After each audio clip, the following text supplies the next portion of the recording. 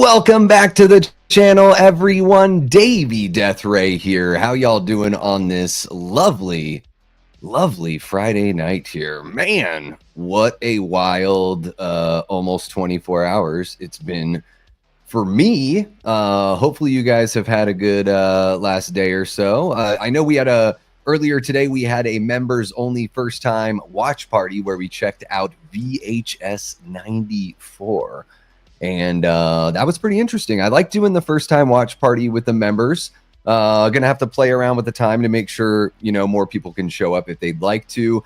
It was supposed to be Alien Romulus for all the channel members out there, but I ran into some technical issues and wasn't able to get past those. And then last night, this is just so silly, I have to share. Leanna's probably like, why are you sharing this? On the way home from my my training class for my new job, ended up getting into a little bit of an accident. I'm okay. No one else was involved. That's the great news. Still kind of a pain in the butt. Just sort of like recovering from the shaky nerves of it all. But, all things considered, not so bad. So just been a very busy day. Talking to the insurance company, going on the members only stream. Then I just more talking to the insurance company.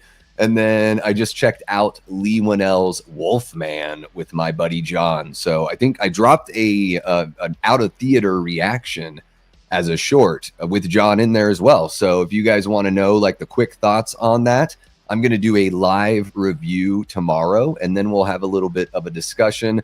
No spoilers or anything like that, because I'm sure not a lot of people are going to just jump and see that opening night. So I just wanted to let you guys know about that. And I don't know what the heck I was thinking when I put together that stream, because I put it together for 10 p.m. Eastern tomorrow.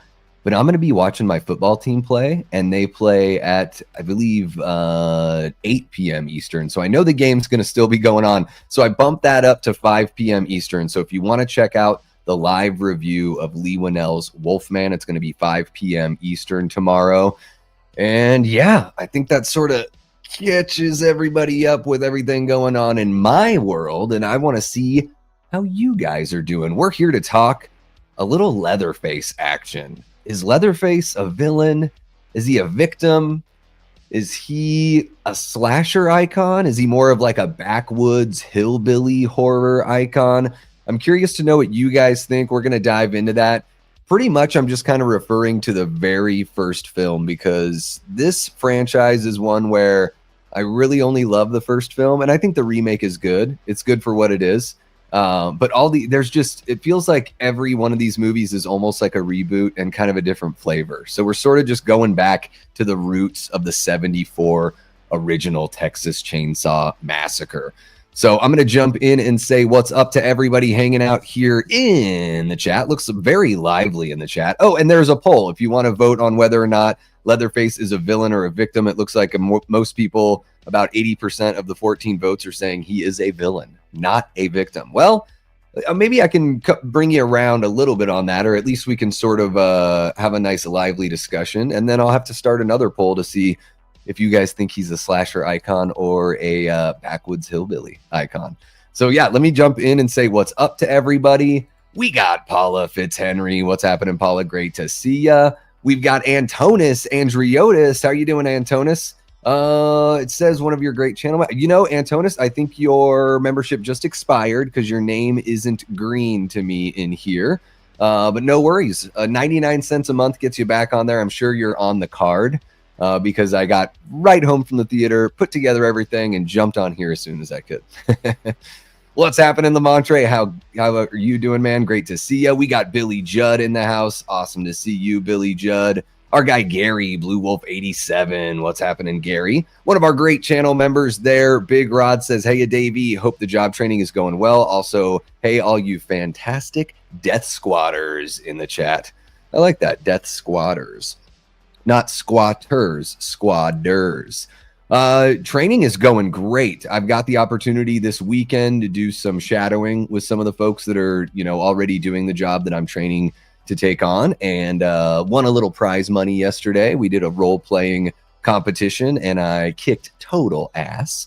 So yeah, everything's going great other than getting into an accident on the way home. So What's happening, Nicholas Woodall? Second time I've seen you today, good sir. One of our great channel members. So great to see you. Thank you for coming on by. We got Gory Tiger in the chat. What's happening, Gory? Always a pleasure. Leanna Bevy Rage, one of our great Death Squad mods and channel members, hopes that y'all are having a great Friday night. I hope you are too, Leanna. Seems well deserved. Kick your feet up, enjoy a glass of wine or something, or a nice frothy beer, and yeah, just always a pleasure to see you. Hell yeah. Let's see what else, who else we've got going on in here. Let's see. Anyone watch the Texas Chain? I hope most of you have. We'll see. We shall see. We got Ryan Olashow in the chat. How are you doing, Ryan? Always a pleasure. D.A. Mac, one of our great channel members. What's happening, D.A.? Hope you're having a great end of the week here. Reese Wilson is back for more from Down Under. How's it going, Reese? Hopefully my accent isn't too offensive there. You know what I mean? Medley Man says the Leatherface is definitely a victim of circumstance. All right. So we got somebody that's kind of on my side there. I don't know. We'll see where the discussion sort of takes. Clearly Leatherface does some villainous things. That is kind of beyond debate. But yeah, victim of circumstance. I think that's a good point there. What's happening, Adrian? Great to see ya. We got Bradley Johnson, my brother from Juneau, Alaska. Always a pleasure to see ya. We got Slasher Fred in the house, dropping the IMDb trivia. The original movie wasn't the only inspiration from the infamous Ed Gein case. One of the classic horror movies inspired was Alfred Hitchcock's Psycho. Oh, yeah. Sorry I missed the stream earlier. No worries, Big Rod. Dealing with a chip audit on the fleet of drivers, or CHP audit. Oh, yeah, the chips. Hey, no worries, man. I know it's the middle of the workday. We'll have to figure something out. With my new job, I'm going to be working weekends more often. So I want to find something. I want to find some compromise to where I can still give the members something, every week. Make sure that I'm giving you guys, that I'm making it worth it there. Yeah, there we go. How about we warm up my face a little bit? I was looking a bit ghastly. Let's see here. Dean says, what's up, everyone? Popping in for a quick minute from work. Hell yeah, Dean. Thank you so much for jumping in. I think I see, Dean, did you drop a friggin' boom $9.99 super chat from our amazing channel member Dean Renner? Says, have a great time, everyone. I'll be slinging some drinks. Hell yeah, Dean. I hope it's a great night at work. Guys, check out Enter the Cinevault, Dean's channel. If you haven't already, throw him some love there. Blue Wolf says, I only saw the original and the second movie with Dennis Hopper. I did not see the rest. Yeah, I think the remake is a good remake. Second one is just sort of, it's just really not my thing. I appreciate that it's a totally different kind of movie. I like that. It just doesn't, yeah. I mean, it kind of does. Medley, it's so tonally different from the first movie that to me, it kind of feels like a reboot. Yeah, for sure. Let's see here. Won't be here long. Just started my shift. No worries, Dean. Really appreciate the $9.99, man. I wonder how this year's Wolfman transformation looked. Well, I won't get into deep spoilers tomorrow. I'm going to save all my thoughts for tomorrow, Billy. So you're going to have to tune in at 5 p.m. Eastern if you want to see what I have to say about that. What's happening, Jamie Hart, our original Death Squad mod and channel member? Hope you are doing well. Could this be the day that I finally get Davey to see the TCM2 light? I don't know. I've only watched it once, and it was just so, I appreciate the silliness of it. But I think when I go to Texas Chain Saw Massacre, I'd like something that's a little more gritty and grim, I guess I would say. So I need to know, are there kills in Wolfman 20? I'm not going to spoil anything, Antonis. Come on, we're here to talk about Texas Chain Saw Massacre.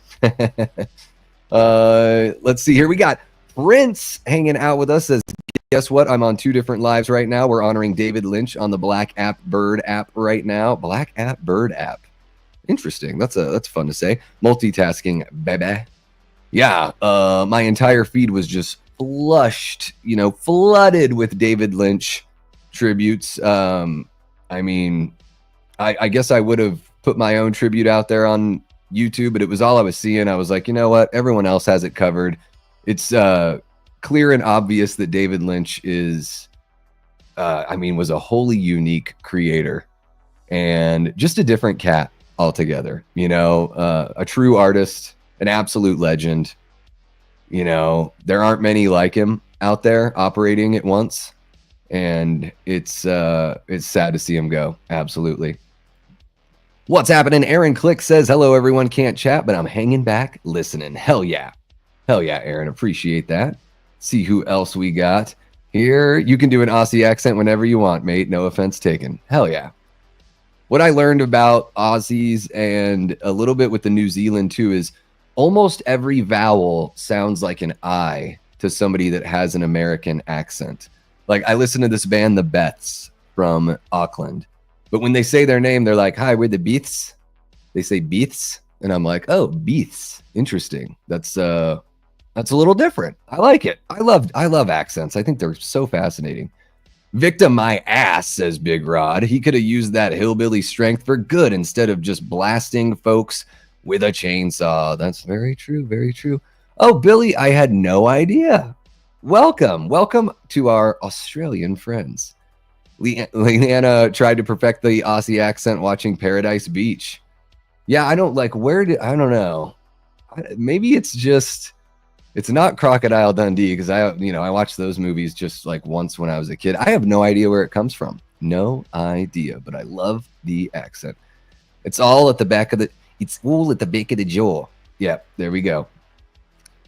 Slasher Fred says, watching the original movie, you realize that even though it doesn't have any instrumental music, it does have a score as well as a sound effects score.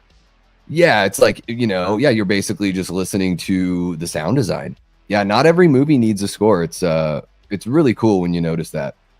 There you go. TCM 2 is a parody. Look at the cover. It's a mock of The Breakfast Club. So in a way, it is, I would say, kind of like a reboot then, There you go. The Wolfman is not only a remake of... Okay, we're going to talk about the Wolfman tomorrow, everyone. What's happening? King Matthew the Third. Hey, Davey, sorry I'm late to the stream. No worries. Had to work. What's my favorite Texas Chainsaw? My favorite's the original. Yeah, easy. I do like the remake, though, King Matthew. Oh, Jamie was so close to meeting him. I'm really sorry, Jamie. I know that Jamie is the resident Twin Peaks fan of not just the Davey Death Ray channel, but every channel she's on, pretty much all of YouTube, I would say. Her and Destiny Faulkner, I would say, are the two that I know that are just absolutely in love with Twin Peaks.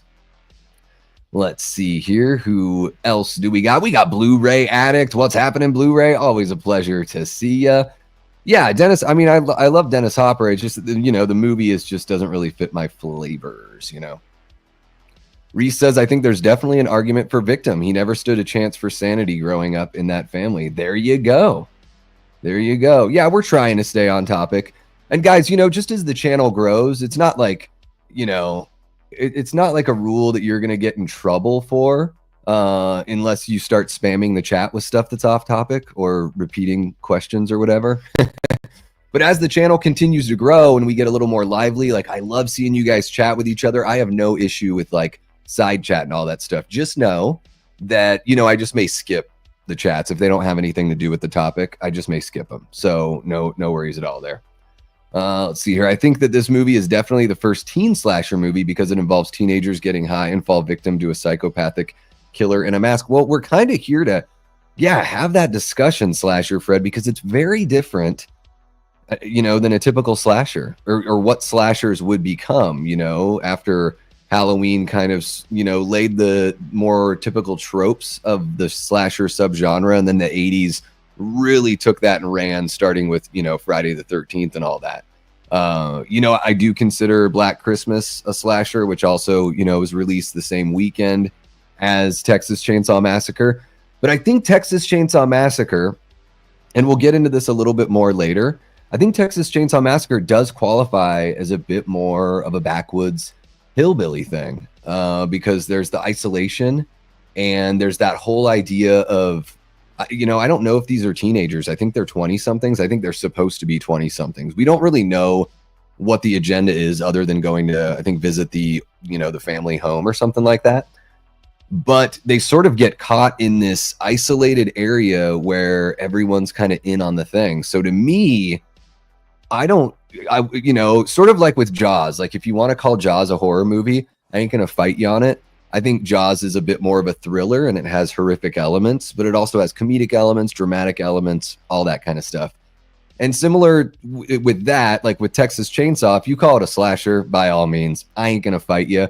I think it does sort of stand outside of what slashers became. And that's not to the detriment of the film, and it's not the film's fault. I think Texas Chainsaw Massacre is an absolute classic. I love it to death. Yeah, straight up killer. Enough said. Yeah, but think about this, Gary. When we're just thinking about the first movie, let's try to keep if we think about it within the confines of that first movie. Let's see here. I'm going to save a couple of these other ones. Let's see here. There we go. Yeah, TCM is almost a reverse home invasion situation. Yeah, there you go. Yeah, kind of a backwoods hillbilly thing. What's happening, Gavin? We got our guy Mud Nelson in the chat. Yes, Jamie, right there. It depends on which version of Leatherface we're talking about. Yeah. And that's, yeah, so we're going to be talking about that OG. That's why I used this shot from the original and all that for the, thumbnail in the background here. Yeah, proto slasher. I can totally get behind that. Absolutely. All right, so I've said hello to everyone. I do want to remind everyone there is a poll in the chat. We have 20 votes so far. 21 votes. 76% of folks say he's a villain. 24% say victim. So yeah, let's have a chat, guys. Let's have a chat. Because I think, yes, Leatherface definitely has villainous tendencies. He commits villainous acts. He's also, like Big Rod was saying, the reverse of a home invasion. It's kind of like, yeah, a home invasion. These people walk right into his house. They're on their property. And Leatherface reacts. He's clearly mentally diminished in some way. So, he's going to be very reactionary because of that. Whether or not you want to call it a lack of intelligence or just, whatever he's going through mentally, he doesn't see somebody walking into his house and think, oh, this person's just lost. He thinks, oh, I need to deal with this. This thing's an animal like all the animals I deal with that my family makes me deal with. And, about midway through the movie, once he's committed a couple, I don't even know if they're murders at that point. One murder for sure, and then hanging the girl on the hook, but I think she's still alive. And he's kind of having that panic attack moment. He sits down in the chair next to the window. There's that classic shot. The sunlight's hitting him, and he's just sort of, you can tell like the gears are turning in his head of like, oh my gosh, like what's happening? Kind of like, what have I done? What's going on? When is this going to stop? It sort of seems like he is an unwilling participant to a degree. And then, we have the whole family dynamic where it seems like Leatherface is just being used by his family for brute force. None of them are particularly strong. So you've got the hitchhiker that marks the vehicle, sort of, scopes out the next group of potential victims. And then you've got the, is it the older brother? I don't even know if it's the dad. I don't think it's the dad. I think it's the older brother, who works at the gas station. He's clearly in on it as well. And they're just like sort of, beating and berating Leatherface. So, and clearly Leatherface is confused. The different masks he puts on are sort of like, for different occasions. So there's a huge amount of mental confusion. And part of me feels bad for him, even though at the end of the day, yeah, he ends up chasing Sally and Franklin through the woods and, pursuing them, deadly pursuit. And he's unrelenting until there's nothing else he can do. It's almost like, oh my God, I can't wait, or I can't let these people get away. So I think there's something really interesting there in that first Texas Chainsaw Massacre film where, it's just every time I go back and rewatch a movie, I try to like get something new from it, maybe tilt my perspective a little bit, see something that I didn't see before. I do the same thing with music, listening to a record over and over, and maybe a 100th time you've listened to a record, you hear something in the background or you hear a harmony, vocal harmony or instrumental harmony that maybe you just missed before. And I think that, Texas Chainsaw Massacre 74, for how simple it seems, how bare bones it is, how gritty it is, how, low budget it is, all that, I think there's a lot of layers here that kind of get missed when people just, and maybe not just people just celebrating the movie, but the way that we look at movies sometimes, we sort of, take the face value approach for years or decades. And I think there's something here with Leatherface to where there is a gray area there. Is he, even you folks that did vote that he is a villain, I'm interested to know, like, do you think is it a spectrum? Is it, maybe I should have put a third option in the poll of a little bit of both, or like leans villain but part victim, but whatever. You guys can let me know in the chat. If you're watching this after the fact, let me know in the comments what you think about, where he falls on that villain and victim spectrum. Villain at one end, victim on the other. I'm curious to know what percentage of which one you would sort of lean towards there. And before I forget, make sure to like, subscribe if you haven't. You're gonna want to subscribe. Share the channel with somebody that you think would dig this kind of content. This is the first time I've really talked about Texas Chainsaw Massacre, I think, on the channel. So hopefully we have some new people jumping in. And, if you want to become a channel member, the first tier just starts at 99 cents a month. Pretty awesome.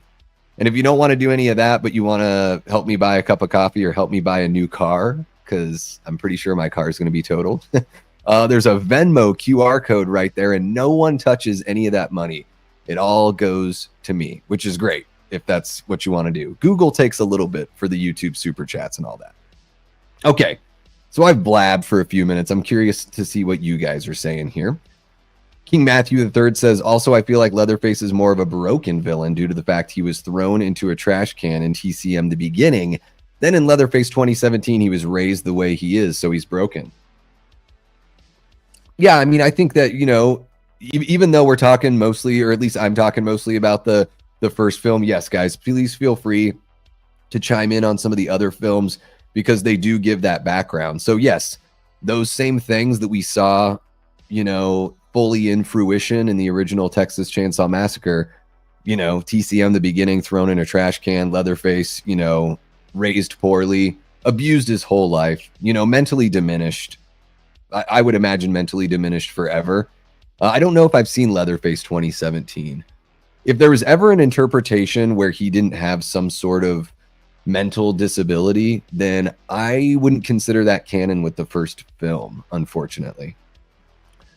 Medley Man says Leatherface 2017, Texas Chainsaw the beginning, and part 4 all in the pile of trash, or same pile of trash for me. Okay. Let's see here. Let me catch back up with you guys. Talking about the most brutal version. What did Blu-ray say? Oh yeah, Proto Slasher, and Gavin say I agree with you. It paved the way with movies like Torso and Bay of Blood. I've not seen Torso. I really do love Bay of Blood. There you go. Don't forget he literally has brain damage. Yeah, and I think that plays into what we see in the original for sure. Something's going on. Jamie says the OG Leatherface is brutal. The way he treats humans like meat is terrifying. Yeah, and I know that there was, a little bit of social commentary here that they treat the people the way that we treat cattle. And there's sort of that, kind of a little bit of a call out culture there as far as the way we treat animals. Aaron says the OG Leatherface is definitely more of a victim than a villain. He didn't have enough intelligence to know what he does is bad, and he's just doing things the family way. Yeah, that's I'm right there with you, Aaron. And not only is he doing things the family way, it's like he's sort of being like bullied and punished, if he doesn't. And even still abusive, behavior just because the people are showing up, Let's see here. All right. And the original Leatherface was a mentally ill guy. He wasn't a quiet badass killer like Jason until the remakes and some of the prequels. Yeah, and he has so much more personality even in TCM 2. You don't really get the idea that it's the same Leatherface, I feel like a totally different personality. Yeah. Oh, you're talking about John Larroquette. Oh yeah, absolutely. Yeah, that's one of the things that, yeah, everyone knows for sure. That dude twitching in the doorway after being smashed with the small sledgehammer was epic. That's one of the most like unsettling kills I've ever seen in a horror movie. I mean, it's like no blood, very realistic sound design, and the twitching. To me, I've never seen something like that happen to somebody, but to me, the first time I watched that movie, I was like, that looks very plausible, very like realistic, you know, versus something like Terrifier, where if Art the Clown did that, it would be like a gush of blood and the head would just cave in and the brains would be all over the place. Yeah, his family is sick as hell and he's the muscle. Yep, absolutely. Yeah. Let's see here. Just trying. Yeah. Child Protective Services failed Leatherface. Absolutely, Big Rod. Oh, I love that. That's hilarious. I like TCM movies when Leatherface is more of a supporting character to the family, unlike TCM 3D or 2022, where Leatherface is the main villain. I am right there with you, Blu-ray. I said it, I think, at the beginning of the stream. Like, for me, it's really just about that OG. I do think the remake is pretty effective. When I saw the remake in the theater, I was pretty impressed. And then when I watched it at home, I was like, okay, you know, diminishing returns even on a second watch for me. But, you know, Marcus Nispel, what he did with the TCM remake and what he did, I think, even more so with the Friday the 13th remake in 2009, I do think the guy knows how to direct like a brutal film. But yeah, for me, it's all about that OG. The 2022 movie was what, 79 minutes, so it's easy enough to watch. At least there's that. And TCM 3D, so bad. Is it so bad it's good? Let me know in the chat. Let me know in the comments. Is TCM 3D so bad it's good, or do you unironically love it like our guy Matt Facci over at Facci Cinema? Oh, Gavin, you know what? I have to admit it, I've never seen TCM 3. I need to check that out though, because Viggo Mortensen and Ken Faree is in that one as well. I got to check that one out because to me it looks pretty interesting. I think the little girl that's the young Tina at in the beginning of Friday the 13th, The New Blood. I think she's the little girl in the family. I think I would get, like, every review I've seen of that, it seems like I would enjoy that movie more than I've enjoyed the other sequels and prequels that I've seen. All right, our guy Mud Nelson says he's a villain, but he's being manipulated by his family. But if you're killing people, you're not a good guy. Certainly not a good guy. I would never make that argument. But is he a victim? Just a different kind of victim. Not a murder victim, but just a victim of circumstance, like it was said earlier. Let's see here. Jamie says, I think he's a little bit of both, but not a villain in the classical sense. I like that. He's scary because he doesn't know any better. Yeah, and he is just the one thing that Leatherface can do is react quickly and use that damn chainsaw or the mallet. He definitely falls into a complicated gray area for me, says Reese. He's not as cut and dry as pure evil examples like Michael Myers or Freddy Krueger. Yeah, I think that's what sort of makes him interesting. And sorry, guys, I haven't been able to hydrate enough today because whenever I go see a movie at the theater, I have to like dehydrate because if not, I'll have to get up and pee during the movie, or I'll be thinking about having to pee during the movie. I don't want to do that.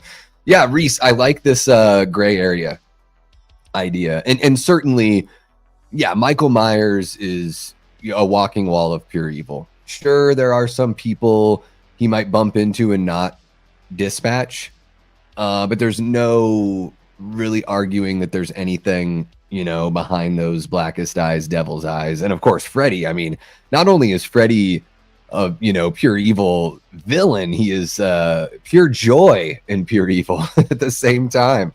Yeah, I think that's what sets Leatherface apart, especially, again, in the very first film.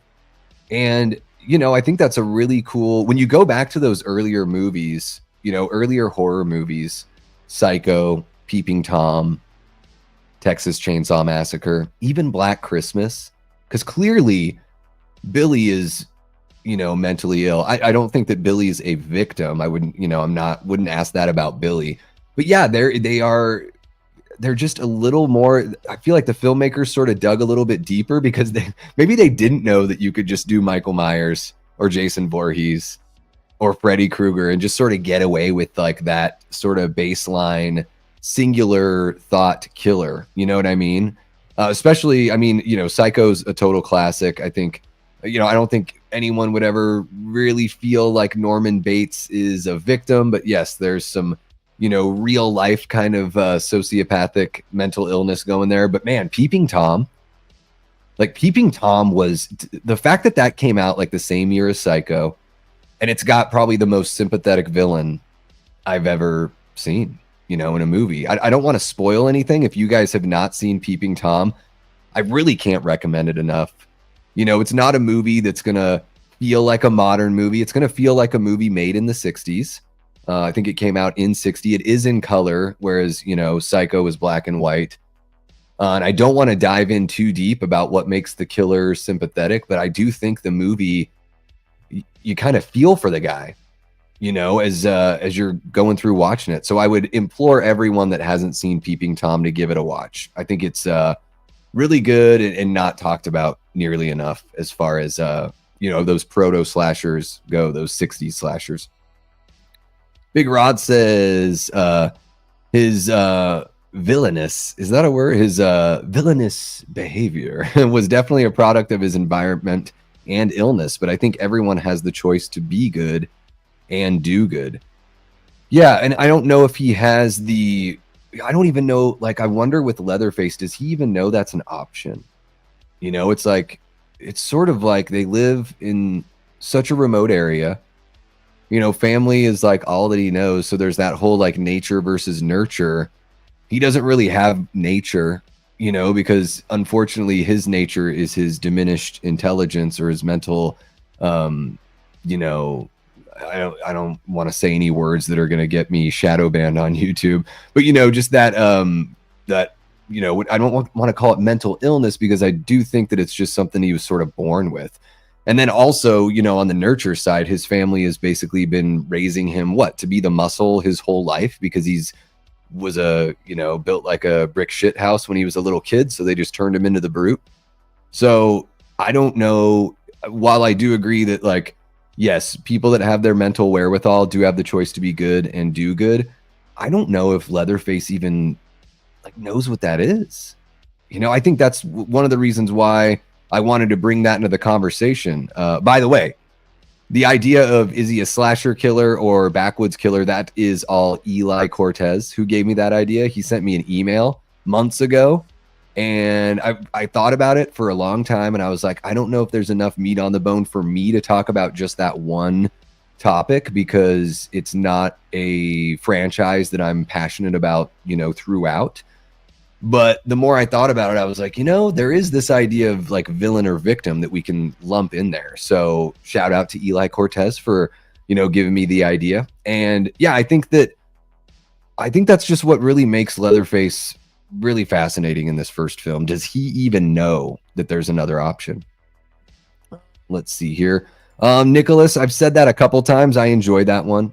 Not nearly as much as the original, but I do enjoy it. Like the remake a good amount, says Big Rod. Booyah. We got Andy Radu in the house. What's happening, Andy? How are you doing? Part 4 is underrated, not because it's a good movie, because it's so bad it's entertaining. Are you talking about Next Generation? Yeah, Next Generation is wild, man. Wild. What's happening, Kiwi? I think this is your first time in the chat. Everybody in the Death Squad, please make Kiwi feel very welcome here in the chat. You're hanging with the Death Squad, Kiwi. Are you a Kiwi? Let me know. What do you think of Texas Chain Saw Massacre, the OG? I do think the remake was good. I'm curious to know what you think of the original. TCM 3D is so bad it's good. I love it. So bad it's good, says Blu-ray as well. All right, there we go. Kiwi's throwing that. So Kiwi and Gavin feel similarly about TCM3. Maybe I need to check that one out. That one is the one called Leatherface, right? I think I'm right about that one. But what the hell do I know? I've never even seen it. What's happening, Koi? Great to see our guy, Happy Sanjo. Guys, Koi has a channel. Check him out. Throw him a sub. If you want to see his prowess while talking about film, you can check out the live tab on the Davey Death Ray channel. Koi was a guest on Late Night with the Davey just a week ago from this last Wednesday. We talked about the first 3 Scream films. We really dove in deep to the themes there. Had a great time with our guy, Happy Sanjo. So check that out if you haven't yet. What's in the name says I didn't mind it. TCM 3D. Then again, I'm a huge Alexandra Daddario fan and would watch her in anything. Yeah, those eyes, that everything else. Yeah, she's the total package, man. Oh my goodness. Oh my goodness. Oh my damn. This movie in Friday the 13th Part 2 does have a character in a wheelchair who gets killed by the villain. Yes. $200 for Slasher Fred. Yeah. I love it though. I love when Aaron can chime in. Hopefully he's not doing it while he's driving. TCM3 isn't so bad. At least Vigo's in it. Hell yeah. Hell yeah. I love to see that. Do your thing, cuz. Yep. Love to see it. One of the best lines in the entire franchise, right? I mean, let's be real. What's happening, Allie girl? How you doing? Hopefully your week ended well, Allie, and hopefully you have a very relaxing weekend coming up here. Let's see what else we got going. Didn't mean to click on that one. That has nothing to do with what we were talking about here tonight. King Matthew III says, as much hate as Leatherface 2017 got, I think it was a fun film. And what does it say about the victim or villain? King Matthew III, let me know. Let me know. Boom, there's our guy Eli Cortez, the man of the hour. How you doing? One of our great Death Squad mods and channel members. Thank you so much for jumping in. Love seeing everyone give the love to Eli. Davey, want to adopt Leatherface? I want to adopt him. I think I can fix him. Not once he's a grown-up. You got to fix. You can't fix. You have to raise right. You know what I mean? Very difficult to fix. Let's see what else we got going. Yes, Leatherface needs some special help for sure. Yeah, no, he does. He stands apart there. Arlie Ermy steals the show in the 2003 remake, Powerhouse Performance. Yeah, and I think in the remake, if I remember correctly, Leatherface is certainly, I would say, a villain in the remake. There seems to be a bit more, what's the word I'm looking for? A bit more enjoyment out of it for him. It doesn't seem like he's struggling with what's going on. Whereas in the original, like I said, there's that moment where he's full on having a panic attack, See what else we got here. Thank you so much for kicking it with us here, Gary. Hope you have a great rest of your night, man. Really appreciate it. Boom, and check that out. Jamie Hart, our original Death Squad mod. Thank you for reminding me. She is going to be not on Late Night with the Davey. We're just going to hop on next Friday night, 10 p.m. Eastern, and we're going to talk all about Evil Dead. We're going to dive into the franchise. I am pumped. It's one of my favorite franchises of all time. Outside of the slasher subgenre, it's my favorite franchise for sure. Let's see here. Not Jessica Alba. It's the other Jessica. What the heck is her? Yeah, Jessica. Yes, there you go. Slasher Fred's got us. Jessica Biel. What's happening, Herbert? Great to see ya. Yeah, guys. So we're sort of, a little bit wrapping up that whole villain and victim kind of conversation there. I think, yes, just to sort of, give a summary of everything that I said. I think Leatherface commits villainous acts in the very first film, but I do think that, he's abused by his family, manipulated by his family. They're the only thing he knows. He doesn't even know what the rest of the world is like. He's mentally diminished. And so I do think that there's a little bit of that victim there. I honestly, if I'm going to put a percentage on it, I'll say like 25% villain, 75% victim for me. So if I had to make a call either way, I'd probably put victim in the poll there. So let's check out that poll. We have 29 votes. 62% of people say, 30 votes. 63% say villain, 37% say victim. So it seems like things have, evened out about 10, 12% there in the poll, which is interesting to see. I'm curious to know, as well, if I've been able to sway anyone to think that it's somewhere in the middle there. Herbert says Leatherface is absolutely a villain monster in the original film. Is he a villain monster in the original film? Blu-ray says they gave Leatherface a reason why he wears masks in the remake and prequel to the remake. Yeah, I kind of like when you don't have that information, It's kind of nice. Kind of nice. Yeah, Jessica Biel in 03. Yep. Yeah, all of those actors in that movie have got a bit of sweaty hotness about them, don't they? Jessica Biel's tank top deserved a Golden Globe. Yeah. Yeah, and she certainly put in the ab work for that movie. That's for sure. Big Rod says there's a strong argument for victim, but he's a villain just like Bane. Born in the darkness. There you go. 100% Davey. Yeah, he's a little, a little bit there. It's not all one way, Was there a need for his family? I think so, Paula. I mean, to me, they're the true villains of the original Texas Chainsaw Massacre. Like the family, they're the manipulators. They're basically running like a little, 5-person cult. Waiting for strangers to come down the road so they can, turn them into food, basically. So I think if you take the family out of, if you just had, I think that's another thing that makes him, we'll get to the slasher backwoods thing. I think that is another thing that makes him a little bit less of a slasher villain. It's kind of like Pinhead. Pinhead has like a group of people with him. I think that sort of separates from the slasher thing. So I do think there is a need for his family. If the family isn't there, then it is just going to play like a straight up slasher movie, and it would feel totally different than the other Texas Chainsaw Massacre films. All right, Billy Judd. Billy Judd says, I hated Franklin and TCM because his tantrum was annoying. I think that's certainly the character is written that way, and you can kind of understand like why he's sort of sour, I can't imagine it's fun to be in a wheelchair, especially one of those rinky-dinky ones from the mid-70s, Does he know the difference between people and food is my question. Yeah, I don't think he does. I don't think he knows the difference between somebody that means him no harm and somebody that needs to be taken care of. And when I say taken care of, I mean thwack or, all that kind of stuff. Well, he's one of the killers here. I do think that the other family members are certainly taking part. And that's why I think it's kind of fun to have that discussion and have that question, And, again, not to give anything away from Peeping Tom, but I do think that there's something in the villain's past, and he certainly is a villain. There's something in his past that makes you feel for him and feel like maybe if this thing didn't happen, maybe he wouldn't have turned out the way he did. For sure. Jamie. Leanna Bevy Raid. She had a couple of Golden Globes stuffed in that tank top. Oh, touche, Jamie Hart. I think so. I have a tough time keeping up on all the celebrity stuff, though. I thought Franklin has a reason to be annoying, though.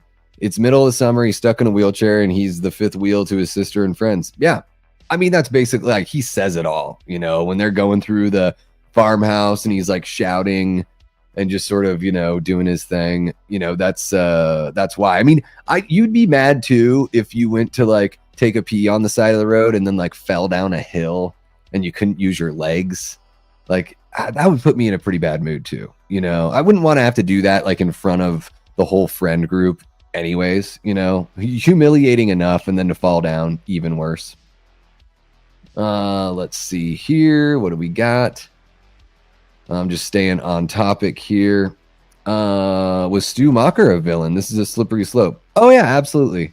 Yeah, well, Stu like willingly kills people, and maybe Billy kind of like convinced him a little bit. I don't think you could ever say that he's a victim, though. I think you can say that Billy sort of pushed him into it, but I don't think that means he's a victim. Reese says, yeah, when Franklin is blowing raspberries in that one scene, he was really testing my patience. Kind of a slasher trope, right? There's always that You know, is it Ted or Ned in the first?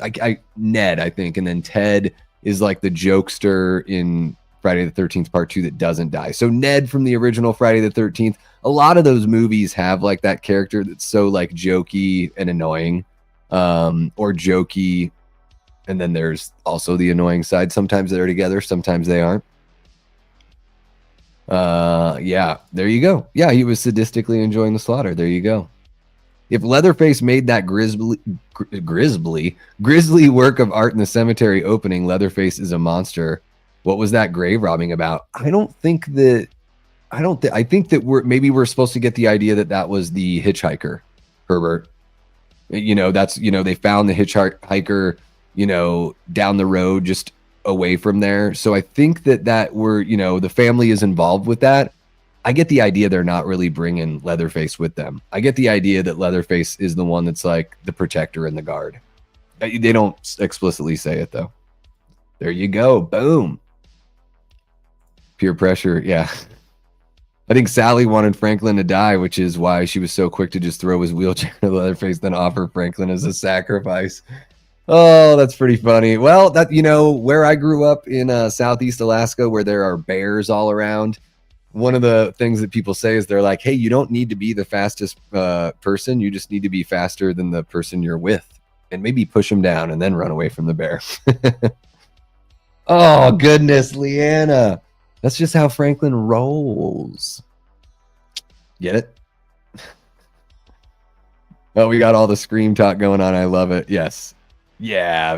You can't make that argument. But I'll give Big Rod points for trying. Is it just me, or in slashers they either have a dumb blonde or the jokester blonde? Yeah, there's only so many different kind of people out there, and the thing about slashers is that you kind of want the jokester, you want the stoner, you want the hot girl that gives it up, you want the girl next door that's probably your final girl. She's still very pretty, but in a more understated, less showy kind of way. Maybe you've got like a jock. Everyone's sort of paired up with somebody, and then there's always going to be an odd man out or an odd man or girl out, maybe both. Yeah, I think these things are sort of, all put in there.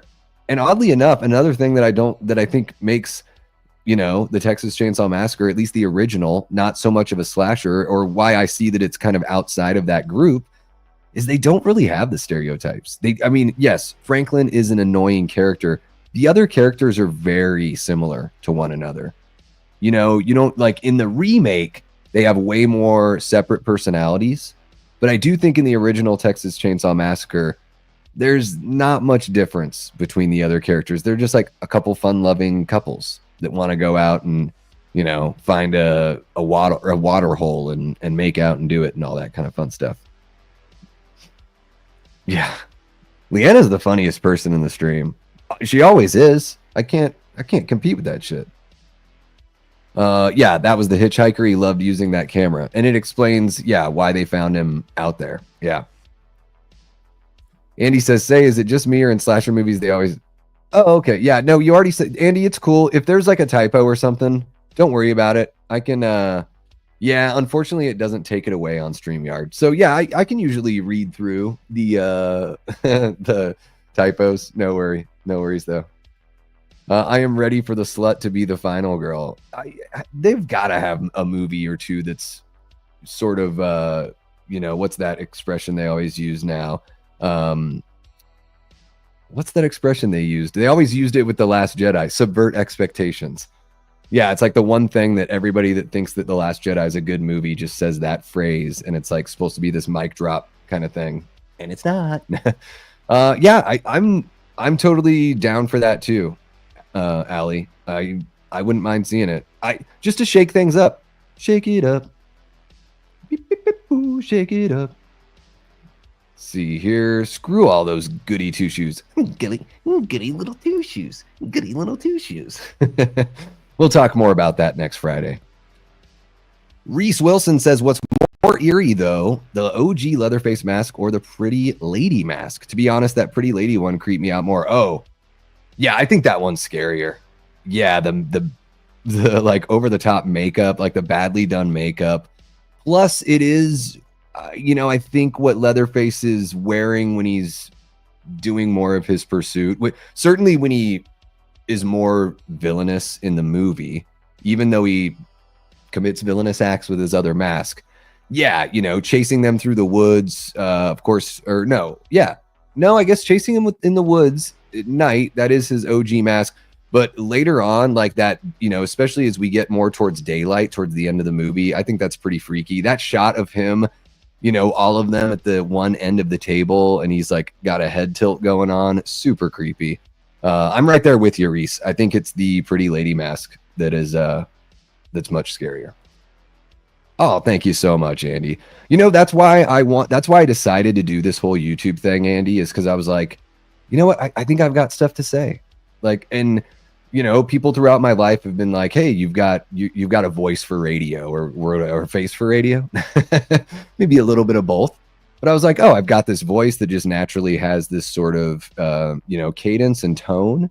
I like talking. I like thinking about things, dissecting art, dissecting music, movies. I'm not that big of a reader, but if I were to read a book, I would certainly dissect the hell out of it. So yeah, and I just kind of tell stories and just sort of, I love sort of spitballing my ideas out to you guys. And of course, like the best part of having the channel is seeing what you guys have to say. Like I love getting that conversation going. To me, if I didn't have you guys here, the stream would have been over like 40 minutes ago, probably. There you go. I'm totally ready for a final ho. Yeah. I try to be good at translating fat fingers. I've got fat fingers myself. Yeah, Leanna says, Reese, I'd say we're using pretty lady pretty loosely, but yes, it's creepy. Yeah, the mother mask, whatever you want to call it. And that's another weird thing too, is it's like, so yeah, he's got his like, they treat him like a little kid. They treat him basically like, an idiot used for muscle. And then I don't know if that's like his decision to put on like the mama mask basically, but they essentially, turn him into like a mother figure during dinner, which is really odd to sort of like fit that dynamic. To go back to what Paula asked earlier, like, do you need the family? I think so, because with Leatherface, it's all about the dynamic with the family. They all kind of have their different role, the hitchhiker, the cook. You got grandpa that worked at the slaughterhouse, who I thought was dead for the entire first movie until he actually starts moving, which is so creepy. Guys, when I first saw the original Texas Chain Saw Massacre, it was one of those things where everyone was like, oh, it's so hilarious. Like, you'll love it. You're going to laugh your ass off. And then I watched it and it looked like kind of like a snuff film. Like it's got that 16 millimeter, like gritty look. And then I saw the sequel and I was like, oh, all the people that told me it was hilarious, they must have been talking about TCM too. Because I mean, I guess you can laugh at any horror movie and say it's bad acting or whatever. People laugh at the Evil Dead. Some people swear that the original Evil Dead is a comedy, and I think they're dead wrong. We'll probably talk about that next Friday, Jamie. But man, the original Texas Chainsaw Massacre, I think I was about 16 or 17 watching it for the first time. Scared the hell out of me. Absolutely scared the hell out of me at that age. I wasn't ready for something that looked so realistic, Aaron Click says, in this case, if the final slut is the final girl, it would slutvert sexpectations. I'm going to put that on a shirt, Aaron. Slutvert sexpectations. And then people will be like, I get the Michael Myers tilt from everyone. Hey, how does this sound? Leatherface versus Jason versus Michael Myers. Well, I think Michael would kill all of them. I'm not really into the versus things. I guess like in the comic book world, like if you want to do a comic or like a cartoon, or when they do like short films, like a fan film that does like a versus thing, I think that's pretty fun. I think Freddy versus Jason sort of showed us though that it doesn't really work as a full-length movie. It can be entertaining enough and fun enough, but I don't think it's tough to satisfy like either fandom. And ultimately Freddy versus Jason is essentially a Nightmare on Elm Street movie with Jason as like a prop, unfortunately. And also, I know I've said this a few times, the version of Jason in Freddy versus Jason, I really don't like the way he looks. I know we're not talking about that today. I really, to me, it's like somebody that never saw the Friday the 13th movies and somebody like told them about them. And then they went and designed a Jason costume and cast an actor that was like way too massive to play Jason. Like he just lumbers through it. I don't like the look of Jason. Now the rave scene is awesome. I just don't like the look of Jason. Oh, thank you for catching that there, Tyler. Goody little two shoes. Goody little two shoes. Oh, it's easy to do that one, right? Need to do a rewatch and finally finish the show. Yeah, I need to go back to the show too. And guys, maybe we, after Jamie and I have, you know, the Evil Dead discussion, I think it would be kind of fun to do like a marathon where we watch the first 3 Evil Dead movies back to back to back. And I understand not everyone can hang for all of them. It would just be kind of fun to do a marathon with you guys. And then maybe do 2013 and Rise, you know, a week later, just do a little twofer there after that. Very loosely. Herbert says, I'm sure, but Leatherface and Sally Hardesty was the very first third act chase scene in horror history, and I loved it. I think you're right, Herbert. I can't think of another one. So if there's another one out there, yeah, third act chase scene. Yeah, I think they've got the very first one. So in that essence there, I've said all this stuff about it not being a slasher. That right there, Herbert brings up a good point. That is very within the realm of slasherdom. It became something that slashers took from it. Yeah, I know I'm a Michael Myers homer, as they say. And I know the people, of course, you know, Allie in the chat, if she's still in the chat, she's probably like, Ghost Jason would kill everyone. And Vin would say the very same thing. I just think there's something about Michael. Like he is the benefit that Michael has. So the benefit that Jason has is he's, as Vin would put it, a revenant. So Jason's always going to come back because he always is going to feel called back to Crystal Lake to, you know, avenge his mother's death, just like she avenged his death. So he's called into action through some sort of supernatural force. But Michael Myers is literally the embodiment of evil. And he has this interesting man, but also, you know, evil god kind of power. So, again, I know I'm getting off topic, but you know what? It's my channel. So, yeah, let's go ahead. And we're about an hour in. So I sort of want to switch gears here, guys. I'm going to end that poll. We have 32 votes. 66% of people say he's the villain. 34% say victim. So I'm going to end that poll there. There we go. 63 to 36. Oh, so it sort of changed. So there's a percentage missing there. And then I'm going to ask, you know, the other topic that we're going to talk about now is Leatherface, a slasher icon or a backwoods hillbilly icon. And, you know, again, let me know if you think it's somewhere in the middle, like what you think that spectrum is. I think if I had to pick between the two, I would say backwoods. You know, but I'm not going to vote in the poll. But I'm curious to know what you guys think about that. You know, I sort of laid some of the groundwork there of why I think that, you know, certain aspects of the original Texas Chainsaw Massacre fall within that slasher subgenre, but I think a lot of them don't. You know, like Big Rod was saying, reverse home invasion, you know, city people invading the country people home, the isolation, you know, not having the cliche tropey characters, a family of villains instead of just one primary villain. But then on the other hand, you've got that chase scene that Herbert had brought up, you know? So I think there's an argument to be made for both.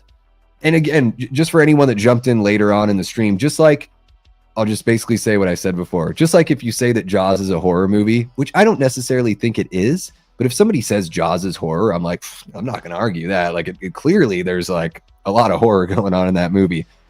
I think that Texas Chainsaw Massacre can certainly count as a slasher film.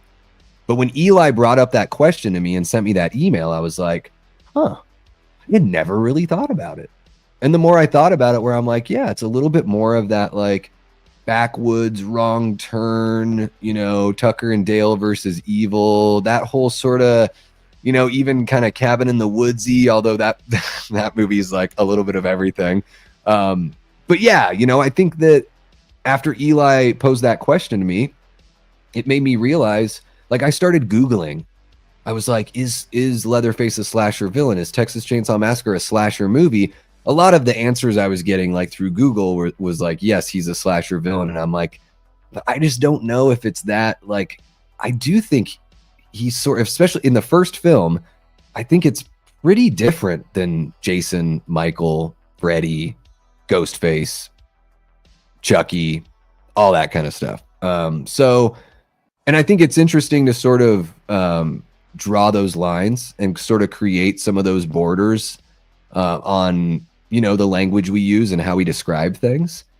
I do think that Leatherface belongs on like the slasher Mount Rushmore just because of how long he's been going. And even though I'm not the biggest fan of most of the movies in the franchise, they keep on making them.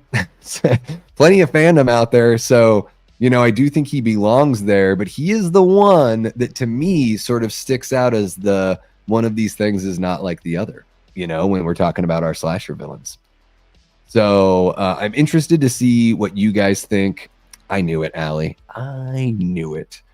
Well, that's what happens when you got a crush on the big lug, huh? Let's see here. I'd say slasher icon, him slamming that door and the music. Boom. Yeah, you know, I do think that I certainly think you can make that argument for sure. Let's see here. The Leatherface dance in the road at the very end. Very creepy. And I love that the movie just cuts to black like that in that moment. That's one of the most like unsettling, abrupt endings to a movie I've ever seen. Speaking of abrupt endings, I saw Wolfman earlier today.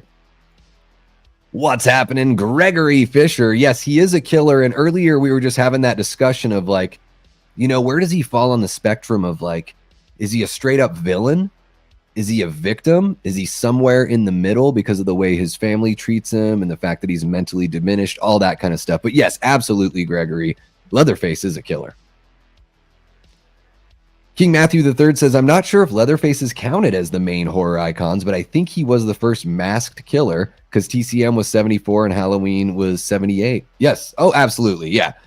As far as I can think of, first masked killer for sure. And, you know, like I said, even though I'm not the biggest fan of all of the movies, I do think for sure Leatherface is a horror icon. I think that to me is sort of undisputable. Like you can have a debate, you can debate anything. I'd strongly encourage that the idea that everything is up for debate all the time. I fully believe that because if you truly believe in your convictions, you should be willing to debate it. Absolutely. Jaws is totally horror. It was always in the horror section. Yeah, and I guess I think of it as like a thriller. It's got drama. It's got, you know, comedy. It has adventure, you know, all that kind of stuff. Yeah, I mean, not Leatherface wasn't real. I know, you know, loosely based off Ed Gein and all that stuff, but Ed Gein was like a totally different cat than Leatherface for sure. Ed Gein wasn't mentally diminished. He was, you know, mentally ill with a sociopathy for sure. Big Rod says, I miss original horror stories rather than retellings. I think Jamie's right there with you on that one. Aaron Click says, I view a slasher villain as having a steadfast determination / purpose of killing victims through to the runtime for the most part. I don't think Leatherface fits this description. I love that, the way you word that, Aaron. This is why I keep on coming back and doing lives with you guys. Because sometimes you guys say it better than I ever could. And you guys bring your own unique perspective that helps inform my opinion, helps me be a better audience member, a better film fan, a better horror fan. You guys are awesome. And yeah, I think that's a really good point, Aaron. Again, sometimes when you're like running the stream, it's like, I've got my thoughts and everything. I'm also trying to keep with the chat. So I love when you guys have like, you know, insightful stuff to say like this, that yes, it's true. Leatherface isn't determined. Like he's not following his own compass at all. I think that's a good discernible difference between, you know, he and Michael and Jason and Freddy. Yeah. Yeah. I mean, I think that probably would have been better than him doing Halloween. Although I don't hate Rob Zombie's Halloween movies. Excellent, Gregory. Thank you so much, man. Chiming in on that one. Did you vote in the poll? Make sure you vote in the poll. Guys, make sure you hit that like button as well. Subscribe if you haven't already. You know, share the channel with somebody that you think would dig this stuff. Maybe you've got a friend that's like over on some boring stream right now, or maybe they're not doing anything. You can tell them, hey, jump on over to Davey Death Ray. He's talking Texas Chainsaw Massacre for the very first time as kind of a casual fan of the franchise, but a massive fan of this first movie. Yeah, Jamie, going with Backwoods Hillbilly. I'm interested to see where you guys are so far. Oh, 50-50 split with 14 votes. I love it. I love it. Oh, hit that like button for the pretty lady mask. There you go. Oh, my, you say crush. Some might say stalker. You know, Allie, you're not a stalker until you're showing up unannounced. And not on set unannounced, but at the house unannounced. Rob Zombie would make a badass TCM. I see him using inspiration from. Yeah, I mean, House of a Thousand Corpses is basically a Texas Chainsaw Massacre movie. Like, right? I mean, you know, I know that towards the end of the movie, it gets way more like outlandish and, you know, Lovecraftian with like Dr. Satan and all that kind of stuff. Right? Am I thinking of this right movie? But everything that happens with the lost group going to the house, everywhere they turn, that person is in on the whole thing and only wants to bring them back to the house so they can be, you know, tortured and everything. I see House of a Thousand Corpses as pretty much a Texas Chainsaw Massacre remake. You know, just a few little tweaks, but very much inspired by. Yeah, it's like a Jeff Foxworthy joke. Yeah, let me go back to that. I'll do my... Do you have a steadfast determination and purpose of killing victims throughout the runtime? If so, you might be a slasher villain. There you go. There you go. That's for you. That's for you, Andy. I mean, Ed Gein was real. Yeah. Got to go with Backwoods Hillbilly too. There you go. Necro Mechanimal, man, it's been a while. So good to see you, Necro. Thank you for jumping on in, man. Guys, I'm going to take a little bit of time. I know we're talking I know we're talking Texas Chainsaw right now, but you know, I just relaunched the merch shop a couple weeks ago. Put some new designs up there, you know, a whole bunch of new gear. The link is in the description below. You can use the discount code EARLYBIRD for 10% off at checkout. And I'm giving a shout out here to Necro Mechanimal because he designed the Davy Science Theater planet, and he designed the silhouette that's got me hanging out with Freddy Krueger and Michael Myers. So shout out to Necro. Thank you so much for putting those together, man. I don't know if you've checked out the merch shop or not. I think the design, I just put those two things together. I think the design looks awesome. I love that die cut sticker of the Davy Science Theater 3000. I love the design on the hoodies as well. So got to shout you out, Necro. Thank you so much. And Necro says, I want to see a Leatherface go full Ed Gein wearing the full bodysuit, dancing in the moonlight. We might get that from, there's an Ed Gein movie being made right now. I can't remember who's playing him, but he looks so much like him. One of those young, like, stud actors or whatever. But man, they really made him look a lot like Ed Gein, because Ed Gein was a creepy enough looking dude, you know, as is. Yeah, and I know that Leatherface was, you know, inspired by him. But yeah, it would be cool to see them, like, let's blur those lines. The next time we do a Texas Chainsaw Massacre movie, why don't they blur those lines even more and make him a lot more like Ed Gein? He doesn't have to physically look like him, but yeah, some of those characteristics. I didn't really know that about Ed Gein. The serial killer I know the most about is Jeffrey Dahmer. Yeah, I think so too. Because yeah, Buffalo Bill in Silence of the Lambs is based on Ed Gein as well. Just imagine Leatherface using a leaf blower to kill. That's funny. Antonis, I'm going to talk about Wolfman tomorrow, 5 p.m. Eastern. So make sure you tune into that. And I'll talk a little bit. I'm not going to spoil stuff, but we'll talk a little bit about that. Yeah, I'm right there with you, Gregory. Absolutely. King Matthew III says, I think the next TCM movies, if one happens, needs inspiration on the kills from Jeepers Creepers. Okay, that's not really talking about the topic. Let's see here. Yeah, it is definitely a TCM movie. Let's see what you guys have got in the poll. So 19 votes, 53% are saying Backwoods Hillbilly. I'm kind of surprised. I surprised in a good way. That's, what I would pick. 47% say slasher. All right. I thought I was going to lose everyone on that. And everyone would be like, are you crazy? He's a friggin' slasher. Like, get over yourself, weirdo. Allie says, I love House and Devil's Rejects. Captain Spaulding intro was the best. Yeah, there's some really Devil's Rejects, especially, I would say, is even better, than House of a Thousand Corpses, for sure. Oh, thank you so much, Aaron. Appreciate you. Really loved listening to Jeff Foxworthy cassette tape I had as a kid. There you go. I was a big Jerky Boys cassette tape guy when I was a kid, as far as comedy went. I'll add to that and say that Black Phillip shows up and asks Leatherface if he'd like to live deliciously. Would you like to live deliciously? You a Mudvayne fan? If not, Nothing to Gain. Nothing to Gain. That's hilarious. There's a song about that. That's pretty great. I'll have to check that one out. I'm not a Mudvayne fan, but I certainly know who they are for sure. Charlie Hunnam, thank you so much, Necro.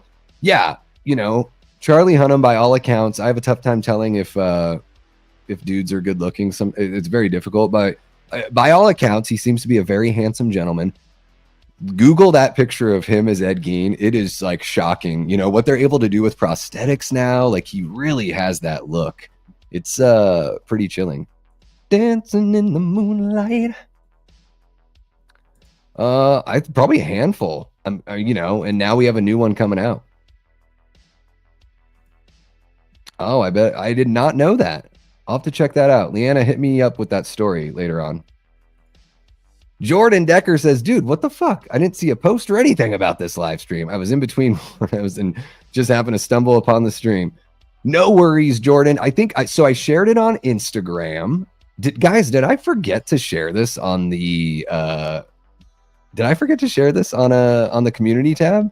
Oh my God, it looks like I did. Guys, I'm so sorry. I've been really busy training with my new job, and then getting into that car accident last night is just, the day is not gone. It's just been very busy speaking with the insurance company and all that stuff, and doing that members only stream earlier. So sorry about that, Jordan. I think I shared it on Facebook and shared it on Instagram, so check your shit, man. Let's see here. California had a lot of serial killers. It's always interested me, much like a priest interested by the devil. Yeah, because you're out there, right, Big Ron? I mean, it's a very populated state, so yeah, absolutely makes sense. Hey, you're not alone, Antonis. A lot of people prefer the sequel there. Yeah. Let's see. Yeah, it sounds like those Southern tears are hitting the spot. Yeah, that's why you missed it, Jordan. Follow me. We're buds on Facebook. Just set those notifications. But yeah, I screwed up, guys. So that's another thing too, Jordan, as a channel member and as a subscriber to the channel, if you make sure you click that notification bell, and then YouTube, the app will, if you have notifications turned on for the YouTube app, it'll let you know a half hour before I go live. So even if I pull a boner and forget to post it on the community tab that I'm about to go live, it'll give you a heads up a half hour before. And then when I actually hit the live button, it'll let you know then as well. So that way you guys don't miss out on any streams. And I swear I'll do my best in the future to not get into car accidents before I have a double stream day and have to go see a movie in the theater. There you go. Hills Have Eyes, another backwoods hillbilly movie. There you go. That's perfect. Yeah, it's in the desert, but it has that same, I would put it in that category for sure. Antonis says, I'd call Leatherface a slasher because he uses a chainsaw. And isn't that what a slasher is? A killer that uses a weapon? Sort of. I mean, but think about Antonis. Compare the original Texas Chainsaw Massacre to movies like Friday the 13th and Halloween and A Nightmare on Elm Street, or even your boy Chucky. And once you start comparing it to those, throw Scream in the mix, you're like, whoa, man, the original Texas Chainsaw Massacre is vastly different. There are a couple things, I think you missed earlier. Herbert had mentioned there's a chase scene with the final girl in the third act. That's definitely a slasher trope that the original Texas Chainsaw Massacre takes care of right there. But a lot of other points don't really fall within the slasher trope, There you go. Allie loves a rugged guy that rides a motorcycle on a TV show.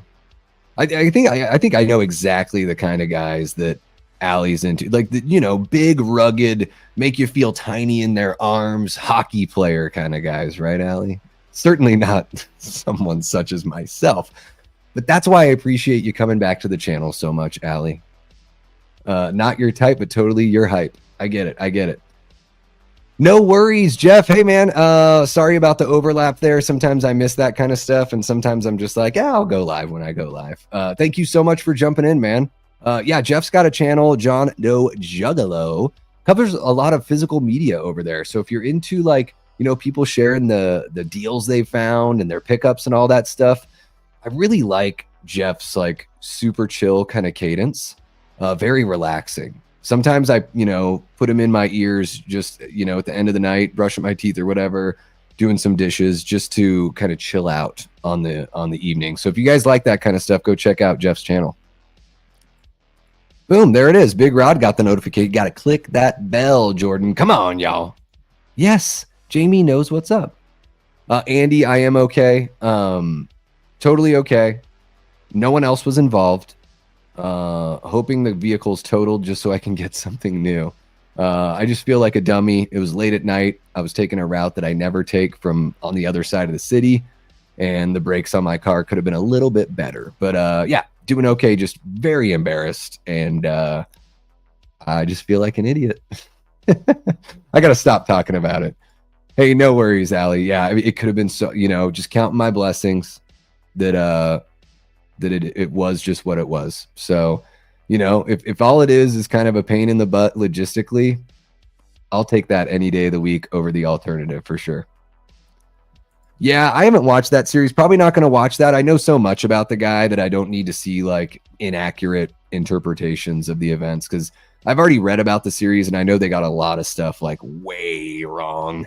The Niecy Nash character especially is like nothing, you know, was nothing like the person in real life. So they kind of screwed that up. A Southern Tier. Boom. Southern Tier Theater. Booyah. Necro says my shitty theater only gets kiddie horror movies. I guess I'm going to go watch Wolfman tomorrow, even though I hear it's shite. Yeah, I did so guys, if you do just want brief thoughts on Wolfman, I did a short on the channel, and I'll dive into it. I'll give a full live review tomorrow, and then we'll have a non-spoiler discussion. But I will say this, Necro, it's not shite. I wouldn't put it in that category. What's happened, Jado Rose, or is it Jado Rose? Let me know. I always try my best. Welcome to the chat. You're hanging out with the Death Squad. Everybody make Jado Rose feel very welcome here tonight. Says, good evening, should be an icon. He's one of the first, and I'm new here. I love it. I love seeing new people jump in. That's exactly why I like talking about some movies I've never talked about before, getting into these new topics. And yeah, you know, if you dig this kind of stuff, you know, hit that subscribe button. Check out some of the stuff we have here on the channel. I won't blame you if you leave if I'm not for you, but give me a chance. And yes, I do agree. Absolutely an icon either way. And the like where we're at in the discussion right now is like, is Leatherface, like, does he fall into the slasher category, or is he more of like a backwoods hillbilly icon? But yes, certainly an icon of horror. To me, that is undisputable. No question at all. He is an absolute OG. Yeah, a lot of mixed reviews out there. I try to stay away. You know, I saw people say stuff on Twitter about what is this move that I do with my hand on Twitter about Wolfman. But yeah, try to stay away from everything. I don't like it. I don't want my, you know, opinion to be swayed when I watch the movie, for sure. Oh, what's happening? That's my buddy, John. John X2_T. That's me. I'm your guy. I'm your guy, Davey. So I just checked out Wolfman with my buddy there, John, and he chimed in on the short. So check out that short. Show us some love there. And John's like, my lady doesn't like going to see horror movies. And I'm like, perfect, man. I've got a buddy to go see horror movies with. This is awesome. John and I met at a cold beer and burgers watching football. He's a Cowboys fan. I'm a Redskins fan. And somehow we bonded over horror and just being cool dudes. So great to see you in the chat, John. Really appreciate it, man. Thank you so much, Jeff. Really appreciate it. Picked it up at a convention. They've got man, next horror convention you're at, like, look, I really want a Dead Alive one. They had a Brain Dead one, and I'm like, if it said Dead Alive, I'd get it. I know Brain Dead's the original name. I just know the movie is Dead Alive. Yeah. There you go, Jordan. Pat hit a deer a few days ago. Davey just wrecked his car. Any other channel host gonna wreck their shit? Oh, I didn't want to. It's made today really weird, and I don't know. Just got a sick feeling, even though it was just a honest to goodness accident. Tyler says, I think I'll go see Wolfman tonight. I hope you dig it, man. I'll say this. It was a breeze to watch. It does not waste your time. You guys know I'm always talking about runtime and like, oh, why is this movie 2 hours and friggin' 20 minutes long? Wolfman, whether or not you end up liking it, it's not going to waste your time. It ain't pulling your leg. The out-of-theater reviews are money. No time to rethink, just the first impressions. Yeah, and purposely try not to dive into anything too deep because I want to, just bait that hook and get you guys snagged on the line. Yeah. Yeah, mixed feelings for sure. So yeah, guys, let's see here. I just want to make sure I'm not missing anything pertinent. Leatherface is one of Jeff's favorites, and he thinks he's a slasher. All right. Yeah, I mean, and Jeff, just to sort of go over my argument really quick. So I think Backwoods Hillbilly a little bit more. Maybe he falls somewhere in between, but Backwoods Hillbilly, because as Big Rod had said, it's sort of a reverse home invasion, isolated location. There's a family dynamic, a group of killers that are ganging up on these people. The people don't particularly fall into the stereotypical slasher trope characters. They're more or less the same people, except for Franklin, which kind of has that, annoying slasher character vibe. And as Herbert had said, yes, there's the final girl chase scene in the third act. Those things to me are that's the only thing really that's slasher to me, other than the killing. So that's why I'm sort of like, again, icon, undisputed, but I think he's a little bit more of a backwoods killer. I'm going to enjoy your content. I say both backyard hillbilly and slasher. Fair enough, man. Fair enough. Yeah, everyone, show some love to my buddy John. Welcome him on in. I guess I felt like I gave him such a resounding welcome. I forgot to ask you guys. Yeah, John, you're officially part of the Death Squad, man. How does it feel? How does it feel to treat me like you do? Yeah, Jordan Decker. It's Commanders, not Redskins.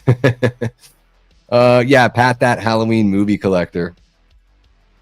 Tonight, it's time for bedtime. Well, I think Tyler's out in the Pacific time, so I think he's an hour ahead of me, Allie. So I think it's only 8:30 out there. He could still catch a 9:10 show. You know what I mean? He could listen to us on the drive to the theater. How about that?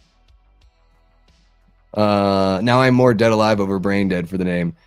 Yeah, I mean, me too, because that's just what they called it here in the States, Hell yeah, John. Take it easy on the new order. Was I disrespectful? I don't know. I wasn't trying to be. I'm so sorry, Leanna. I think, let me check. Yeah, Leanna just unsubscribed. Yeah, what can you do? Shit. I'm just joking. Yeah, so guys, just getting back to the topic at hand here. 23 votes in the poll. 52% are now saying slasher, 48% saying backwoods hillbilly. So it's definitely swayed more into the slasher. We got some new people jumping in, throwing in their thoughts. Guys, please feel free to let me know, why you think so in the chat. And if you're watching this after the fact, drop a comment down below. Let me know if you think, Leatherface is a villain or a victim, or where he kind of falls on that spectrum. And then is he a slasher icon or a backwoods hillbilly icon? I'm curious to know. 23 votes, 52 to 48. Pretty evenly split. I'm digging that though. I like seeing that, diversity there within the group. It shows me that you guys are thinking about this kind of stuff. Why do we think about this stuff that doesn't really matter? But it's like, like I say, a healthy escape, right? That's why we talk about movies. That's why we talk about music. That's why we examine art, learn a little bit about ourselves and think about something that's relatively inconsequential, because sometimes the consequential shit can just literally drive you crazy. There you go. John Doe Juggalo says, I think you may have pulled me towards the backwoods hilly genre. with this. He's an icon. Oh, with Hills, he's an icon for sure. Possibly a bit of both. Yeah. Jamie, I tried singing that on YouTube karaoke. That's a good song. I like it. There you go. Yes. That's sort of what we talked about. If you scrub back to the beginning of the stream, Jeff, yeah, we were talking about, victim of circumstance. His family puts him in that spot. Hillbilly because of the family aspect. Yeah, and I think the isolation is a big part too, for sure. Slashers go to the suburbs. I guess other than Jason. Sorry, caught myself in a little bit of a conundrum there. But I mean, most slashers, you do have your camp slashers for sure. I would say outside of like camp slashers, which I don't think necessarily count as backwoods hillbilly. Yeah, there's that whole like invasion of the safety of the suburbs. Leatherface is definitely more of a backwoods hillbilly icon, says Aaron Click. So boom. It's true. That's right. That's right. Yeah, I don't know. Let's see here, guys. We've been going about an hour and a half. I usually like to go a couple hours with you guys, but I feel like I've sort of said my piece. I know I've repeated myself a couple times. It's probably why people are like, you remind me of Dave McRae. It's like, is it because I talk too much? And I never shut up. I'm guessing that's why. Jason did go to Vancouver. Yes. I mean, Texas is the deep south. That's where the hillbillies like to be. There you go. Do I think Leatherface is a slasher in TCM 2? Definitely more so than the original one. I've only seen TCM 2 one time, Antonis. I wasn't really a fan. I know you're a big fan of it. It didn't really meet my sensibilities. But hey, if I watch it a second time, who knows how I'd feel about it. Sometimes, the more I watch something, I can either start liking it more or I can start liking it less. Not all of us are hillbillies. When I think the term hillbilly even comes, I think it originated in Appalachia. Like, I think that's where the term originated. And I read somewhere, I could be wrong on this one, feel free to let me know, but the term hillbilly was actually used to describe, I had to take a sip of water because I'm going to get controversial here. It was actually used as a derogatory term to describe the white people, the white mountain people who got along with black people and commingled with them. So it was sort of like an in-white racist term to say those hillbillies, like they're the ones that hang out with the others, as it were. So correct me if I'm wrong on that. I'm pretty sure that's where that term comes from.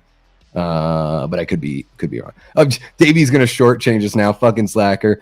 No, dude, I will sit here and talk. I like to sort of keep it on topic. So you guys let me know. Is there something I'm missing here? Like something that we should talk about? Now, it's my first time talking about Texas Chain Saw. Let me know in the chat. Like, what's something where you're like, why is he leaving this out? Like, Davey needs to discuss this part. Like, let's get into it. I'm down for spending another half hour with you guys. I always like to go at least 2 hours if we can. That's the way I think of it, is like, if I'm going to hop on a live, I should be ready to go 2 hours and kick it with everyone. Big Rod says, Jeff, I went to Arkansas. It felt like TCM. Sorry, Arkansas. Yeah, I bet Mississippi feels a lot like that too. Parts of Louisiana. Oh, well, I might be a hillbilly then. Yeah. Oh, yeah. No, I totally get you. I think it's funny that, like, that's how off things were then, that there was a term to describe those people. It's very, very interesting. Yeah, and again, I think the term comes from the Appalachian Mountains, which is more of like the Northeast. Where did Leatherface sew on the foreskin? Jordan, I don't even know what to say to you sometimes. That is not an appropriate. Hopefully he didn't even touch that business, but I guess we can sort of answer that age-old question of what part of the body was the sausage that Franklin was eating? Because I don't know. It looks like something that's pretty definitive. It doesn't just look like sausage that was made from a bunch of bits put together. I don't know. You guys tell me. I have not seen any of the Wrong Turn movies, guys. Tell me, which ones should I see? How many are there? what, two in the original, and then they rebooted it. How many of those? I get so lost with like Wrong Turn and Wolf Creek, those movies that have like 2-word titles that are like the same amount of letters. Like, is Wrong Turn the one with is it Eliza Dushku? I think she's fucking sexy as hell. Let me tell you what. Woo! Faith from Buffy? Yes. Absolutely yes. Let's see here. How do you think an interaction with Art the Clown and Leatherface would go, since they're both silent and brutal killers? I think Art the Clown would kill him, because Art just gets such a kick out of killing people. He'd kill all of them and just be laughing the whole time. I think zombies versus Art would be great. I would love zombies versus Art, because maybe for Art, he would start killing zombies, but maybe it would take the joy away that they don't really react because they're already undead.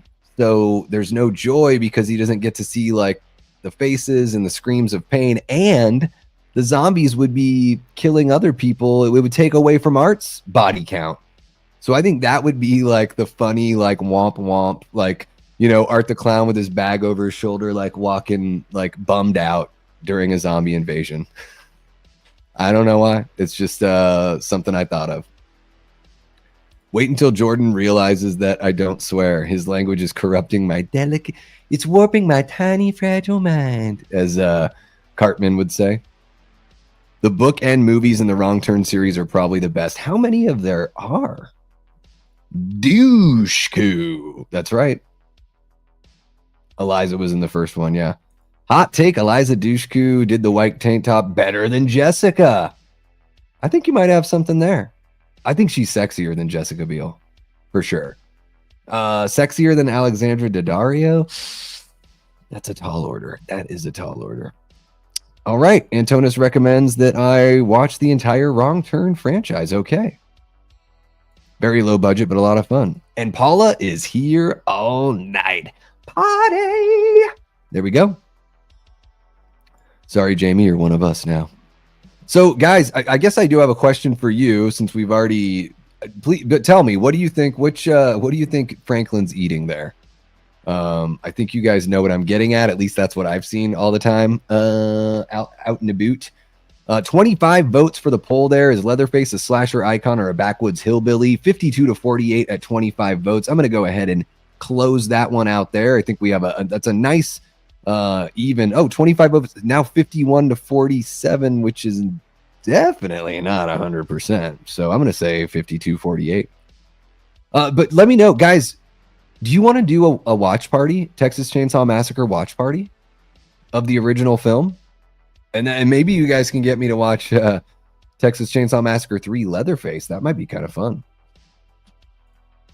Yeah, solid influence. Solid as a rock. Solid as a rock.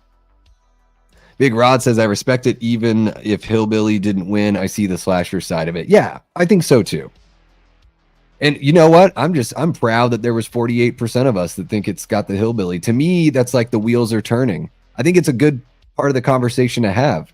We just assume slasher just because anyone that's like a killer is a slasher. That it is sort of like saying, like, is Jaws a slasher movie? Like, yeah, I mean, I guess it fits some of the tropes, but how do you say an animal is a slasher?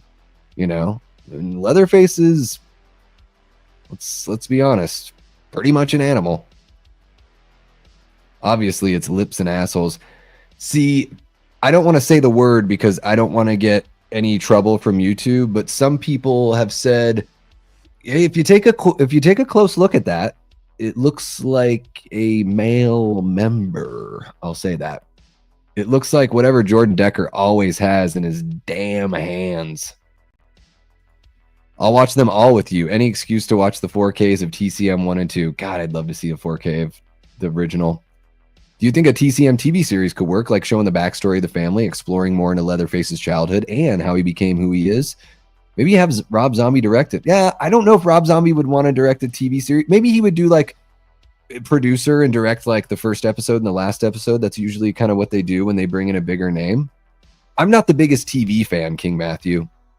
I think a mini series about the family could be really interesting. Yeah. And I honestly, like, I don't want to see him as a child. It's probably just going to be like a bunch of child abuse and a bunch of like, redneck behavior. So I would be more into seeing like what leads up to the events of the 1974 film. Like show us a couple instances like before that. Maybe the season ends with the hitchhiker like jumping into the van and saying what's up to everyone. I think that like would be kind of cool to end it. So then it really does lead into the original film. And that's just me. Again, not a really big TV fan.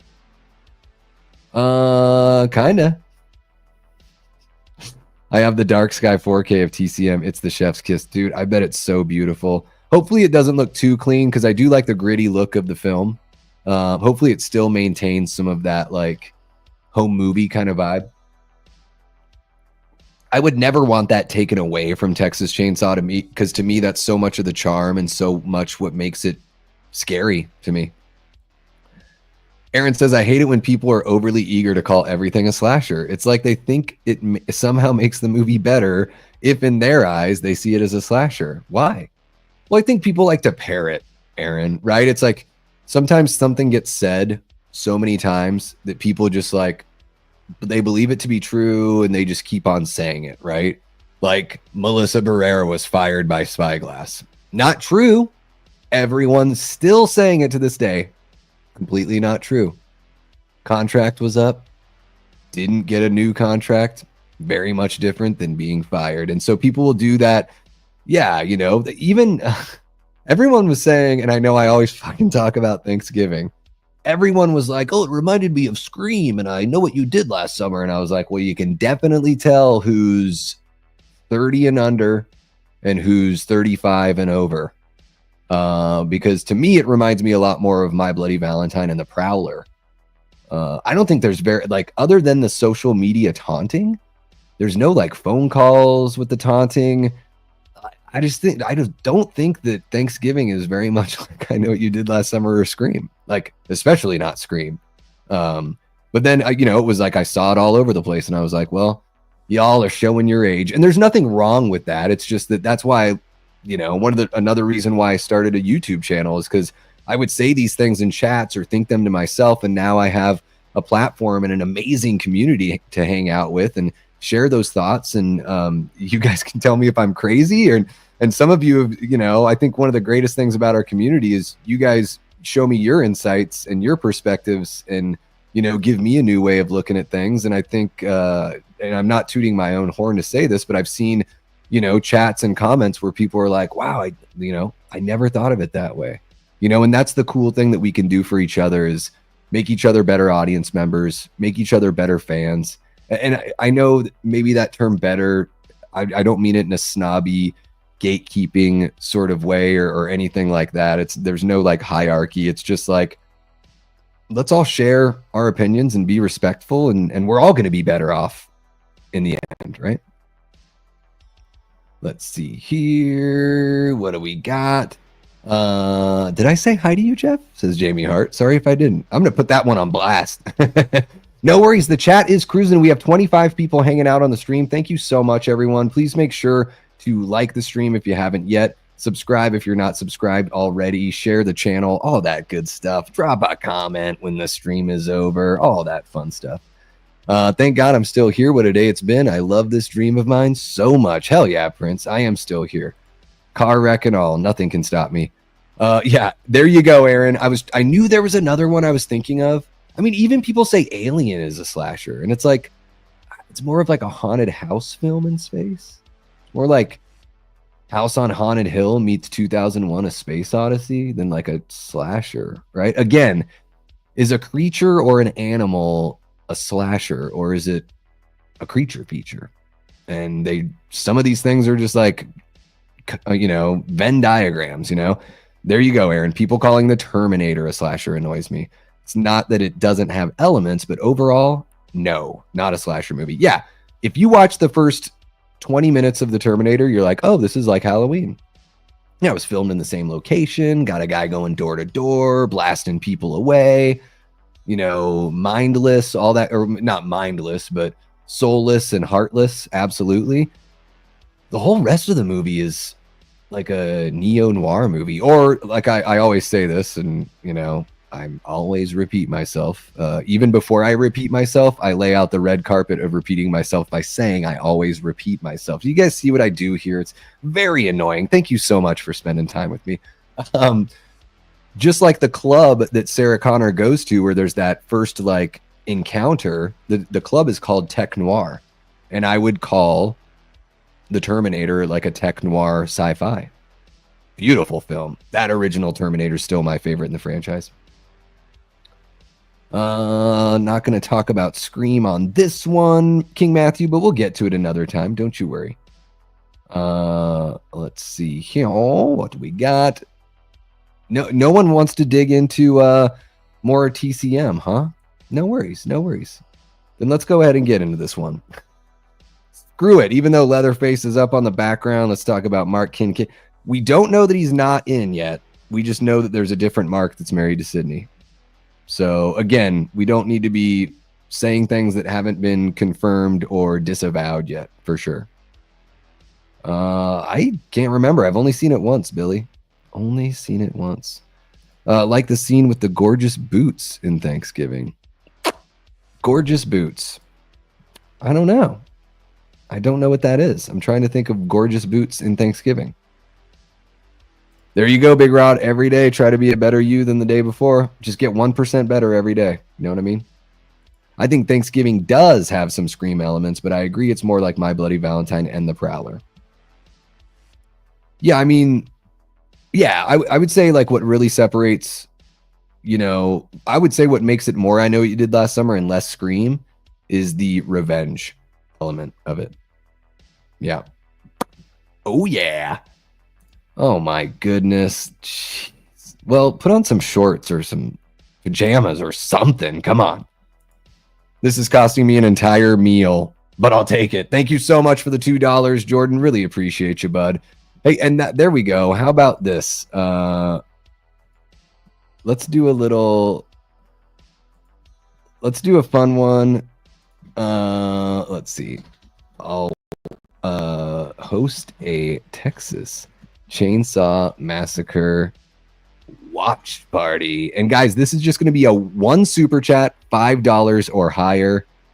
Super cinchy, as Corey Cunningham would say. If you guys want me to do a watch party of Texas Chainsaw Massacre, the OG, that's all it'll cost. One person dropping a $5 or more will unlock that goal. I say that because I already own the movie, so I can just pop it right on. So no skin off my ass. Oh, Entertainment Tonight confirmed that Dempsey's not coming back. All right, my apologies. I hadn't heard that. I just heard that Joel McHale was signed on to play a different character named Mark something else. TCM should be a movie punks if that's not guerrilla DIY style filmmaking. I don't know what is. Yeah, we got to get a movie punks episode going. Oh, gorgeous booty. Yeah, the cheerleader scene's fun. I like seeing that stuff in slasher movies for sure. I like that lighthearted nature of the, it doesn't have to be like over the top nudity or anything, but much like Jamie Hart here, let's bring, I know that she feels the same way. Let's bring boobs back to horror movies, to slashers, come on, at least one. We got to talk about the OG Crow when I finally make it onto Late Night with the Davy. Well, for me, it'll be Morning with the Princey. There you go. I need to revisit that one. It's been a long time since I've watched the original Crow. Yes, and that goal is that Jordan puts his pants back. Hilarious. I love that, Andy. That is funny. If only I could control what Jordan does and doesn't do, but I can't, and I shan't, and I shorn't. Mark Evans. Yes, thank you. The other Mark. Mark II. It was creative but disturbing. Which one? Jordan taking his pants off? Yes. It is creative and disturbing. Are you talking about Texas Chainsaw Massacre, Paula? I think so. Very creative and very disturbing for me. They should do a slasher fight club movie where you can't talk about the slasher fight club. Who knows? Maybe they've got one. Maybe the real life serial killers all get together and tell their stories. Long live the big floppy milkers. Yes, Jamie. But they've been talking about Patrick Dempsey returning in Scream 7. Yeah, there's been speculation because, he has a relationship with Spyglass. It sounds like he is coming back to Thanksgiving 2. So that to me is more important than him being in Scream 7 for sure, because I'm really looking forward to Thanksgiving 2. I think it can be even better than the original. Bring back John Carver. Don't have to worry about the whodunit element because we know who's behind the mask. And we get to just have like a traditional slasher where, the villain that they already know is coming back after him, after a couple year break. Maybe they think they're, we'll get a little of that Halloween element of like, maybe they think they're safe or whatever, but they're not. Would love to see that. Yeah, 5 p.m. Eastern Standard Time will be the Wolfman review and discussion there, Prince. I would put money on Dempsey returning still. He seemed to be queued up for a while. He was waiting on a script, his words. Yeah, and it's like, maybe he only needs to shoot for a day. Maybe he's the opening kill. Maybe it's a way, even though Sydney married a different guy named Mark, maybe it's a way for Ghostface to like call back to Scream 3. Because if you guys remember, Scream 5 calls back to Scream 1. Scream 6 calls back to Scream 2. So we could bring back sort of a Roman connection and a Mark Kincaid connection from Scream 3 into Scream 7. That would be pretty interesting. Maybe Kincaid, the former lover, the person that like she was with before she met her husband, and maybe that would make her like kind of distrust her current husband, because we all know what it's like when the love interest is out and about during a Ghostface spree. Well, did they though? Or did he walk out in the fireman outfit just like Jensen Ackles did in the My Bloody Valentine remake? I don't know. He needs his happy ending. Mark Kincaid, I don't know if he'll get it. And I'm just spitballing, guys. I have no friggin' clue. I'm just like making it up as we go. Thanksgiving 2 could concentrate on more of a game of cat and mouse and not whodunit. Yeah. And then I think the third movie, you could bring in a second killer, do a copycat thing. I think they could do a trilogy where each movie is a different version of a slasher subgenre film. Different little tilt on it. How cool would that be, guys? 4 years from now, 5 years from now, we got a, awesome for Jeff out there, for John Doe Juggalo, awesome 4K box, 3 Thanksgiving movies, all of them awesome and all of them uniquely different within the slasher subgenre. I think it could be something really special. And then you just cap it at that. Then you're just done. And Eli Roth can do something else. How come Patrick wasn't in Scream 6? Did they even mention him? Patrick. Who is Patrick? I'm trying to think of who is Patrick in Scream. I don't know. I don't think so, Jordan. Maybe she was. Have a great rest of your night there, Andy. We'll see you next time around, man. Thanks for kicking it with us here. I think Dempsey is having scheduling issues, or maybe he wanted more money than they wanted to pay, but I don't think he's going to be in it. Yeah, and the cool thing is they're both Spyglass, so if it's a scheduling issue with Thanksgiving 2, they'd be able to find some way to make it work, right? So, again, I think they're shooting Scream. Is Scream being shot like in Australia or New Zealand or something like that? Maybe I'm like totally got it wrong and they're not shooting out there. But yeah, I mean, if he's the opening kill, he doesn't even have to be with the rest of the cast. They could keep that a secret, not even show us in the trailer. That would be amazing. Sydney was not in Scream 6. That's right. Yeah. Oh, you're just talking about Patrick Dempsey. Okay, sorry. I'm trying to think of a character. Yeah, Patrick Dempsey as Mark Kincaid's only in Scream 3. Yeah. Patrick is a starfish / sea star. Yes. Boom, there it is. Big Rod drops a $5. Let's effing do it. All right, guys.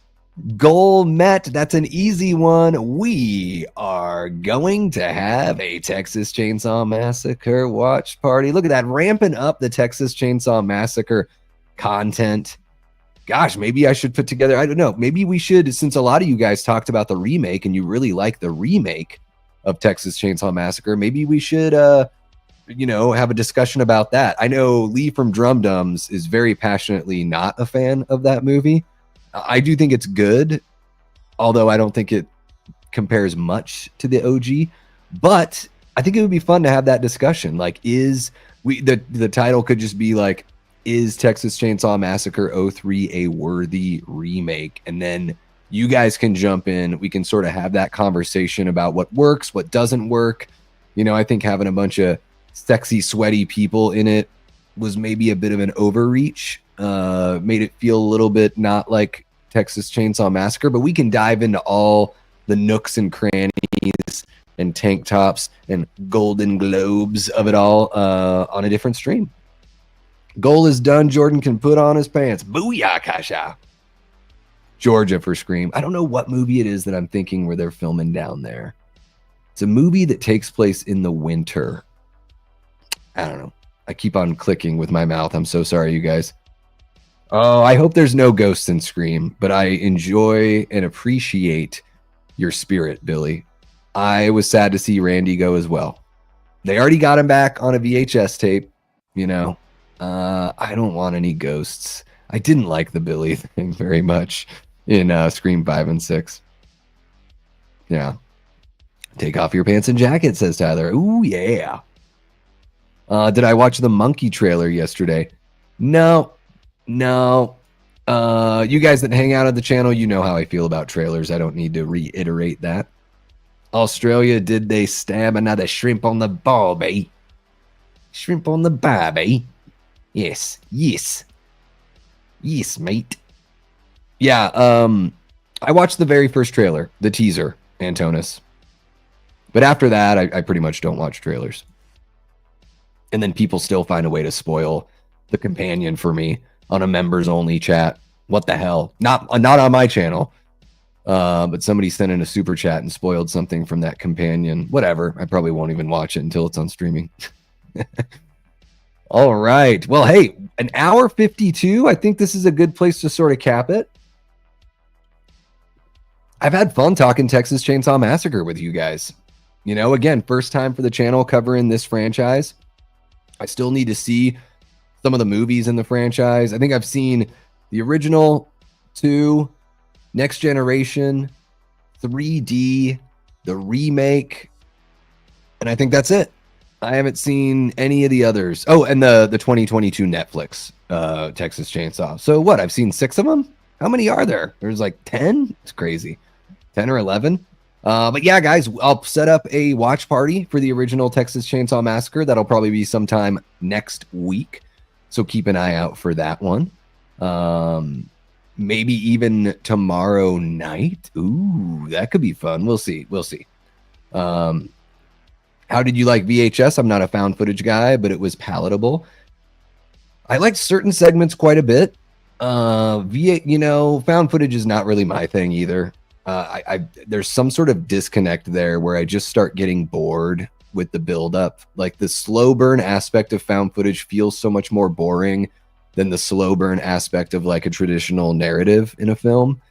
I just feel like that's sort of like people talking the way that I'm talking now, like almost like unscripted, like, what are you doing? And like a bunch of swear words that just seem like awkwardly placed. And then some out of focus, like jump scare kind of stuff. And then at the very end, you see some cool stuff. And then they go to the next segment. That's like kind of how I feel about, VHS 94. But some of the sections I really liked, and some of the effects were really good. Like some of the digital effects, maybe not so much. Some of the practical effects, there's like a zombie in there that looked really good. Even though the segment kind of stretched on for a little bit, I liked a lot of the, last act of the mad scientist that's doing like cyborg, creating like human robot hybrids. I like that. Let's push it till 1 a.m. What time is it where you're at, Paula? Midnight? I can't go for another hour. I'm all Texas chainsawed out. I gotta go eat a late dinner. It's 10 p.m. where I'm at. We got the Spirit of Billy, much like Bob's Spirit in SLC Punk 2. I skipped that one because I heard it was really bad. Yeah. I don't think it is the same as Monkey Shines. No, I don't think so. TCM. Oh, TCM didn't feel. Oh, yeah. The remake didn't feel like it was 73. Yeah, and I think they listened to Sweet Home Alabama, which didn't come out until a few years after the year that they say, which is kind of funny that they didn't even try to do that. Right, that's pretty funny. Let's see here. 9 Texas Chain Saw. All right. Venmo is better, but we had to hit that goal. Thank you so much, Big Rod. I appreciate you, man. And yeah, Big Rod brings up a great point. He's thrown me some dollars there through Venmo because YouTube doesn't take any of that money. So if you're ever like, I want to buy Davey a cup of coffee or a slice of pizza or a tank of gas or whatever the heck it is, I get 100% of the proceeds from the Venmo there. So not something you have to do, but certainly appreciate any kind of contribution you guys have. That could be cool. I have a stream at 8 on Craven's channel, so I should be over. All right. 12 a.m. there. Yeah, I won't be able to go until 1 a.m. your time. Oh my goodness, Jordan, the stuff that you say in the chat, I will not repeat anymore. But it was a dream, Billy. Maureen's spirit was a dream in Scream 3. Yeah. Yeah, very similar, but I don't think it is the same one. Yeah. All right, guys. Well, hey, so either next week or maybe even this Sunday, we'll do a watch party for Texas Chain Saw Massacre 1974. I will get that all set up. Maybe I'll just plan it for next weekend or sometime early next week. That way you guys have some time to clear out that schedule for a good old cannibalistic family from Tejas. Yeah, this has been really fun, guys. Love talking about something that's new for me to discuss on the channel. And let's turn this into something. Let's have that discussion about the 03 remake. I can tell that you guys in the chat are very passionate about some of the other movies in this franchise, and I sort of shied away from talking about them too much here tonight, with most of the focus being on the original film and those questions about, Leatherface in particular as he pertains to the original film. So let's go ahead and keep this ball rolling. I mean, a lot of times I get to talk about a topic that I pick because I want to talk about it. But what's really cool is when I can tell that you guys are passionate about something, and then I know that I can jump on, do a live, get you to interact as well as you guys always do. You guys are absolutely amazing. I think it could be a total blast. Really looking forward to it. Yes, Andy, all the moderators were excellent. Thank you so much, everyone, for keeping it clean. Well, other than Jordan. Jordan doesn't even know the meaning of the word clean. Well, maybe he does. You got to clean up after that midnight, whatever you're about to do, Jordan. I love you guys so much. Thank you to everyone for joining the live chat. Thank you so much to everyone watching after the fact. That does such a great job at pushing the live in the algorithm. Make sure, whether or not you're watching live or after the fact, hit that like button, subscribe, share the channel with somebody who you think would enjoy this kind of content. And let me know what you want to see on the channel. I think that's also, really important as well.